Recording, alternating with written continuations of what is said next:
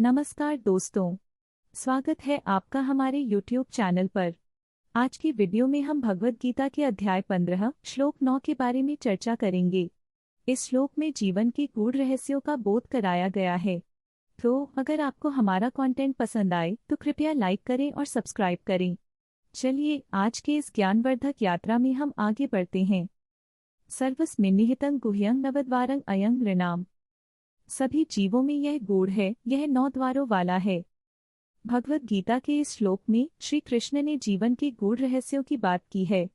यहाँ पर 9 द्वारों का उल्लेख किया गया है जो मानव शरीर के 9 छिद्रों का प्रतीक हैं। ये छिद्र हमारे अनुभवों, संवेदनाओं और ज्ञान के द्वार हैं। इस श्लोक का तात्पर्य यह है कि जीवन के इस संसार में भौतिक वस्तुओं के पीछे भागने के बजाय हमें अपने अंदर के ज्ञान और आत्मा की ओर ध्यान केंद्रित करना चाहिए। जब हम अपने भीतर के गूढ़ रहस्यों को समझते हैं तब हम सच्चे सुख और शांति की ओर बढ़ते हैं। एक बार की बात है, एक छोटे से गांव में एक साधु बाबा रहते थे। उनका नाम था बाबा राम नारायण। बाबा ने अपने जीवन में ज्ञान और अनुभव की गहराई को समझा था।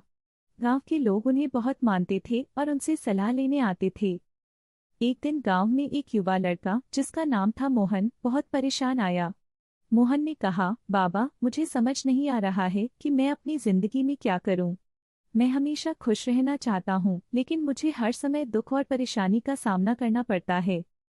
बाबा ने मुस्कुराते हुए मोहन को कहा, बेटा, जीवन के इन दुखों का समाधान तुम्हारे भीतर ही है। भगवद गीता के अध्याय 15 श्लोक 9 में कहा गया है, सर्वस्मिन्निहितं गुह्यं नवद्वारं अयं नृणाम्। इसका अर्थ है कि हमारे अंदर गूढ़ रहस्य छिपे हैं। मोहन ने पूछा, लेकिन बाबा, वो गूढ़ रहस्य क्या हैं?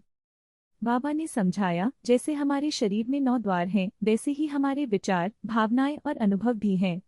जब तुम अपने अंदर की गहराइयों में जाओगे तब तुम अपने असली स्वरूप को पहचानोगे। मोहन ने ध्यान लगाना शुरू किया और अपने भीतर की खोज करने लगा। धीरे धीरे उसे समझ आया कि असली सुख बाहरी चीजों में नहीं बल्कि खुद में है। उसने अपने विचारों को सकारात्मक दिशा में मोड़ दिया और अपने जीवन के प्रति एक नई दृष्टि विकसित की। कुछ समय बाद मोहन गांव के सबसे खुशहाल व्यक्ति बन गया।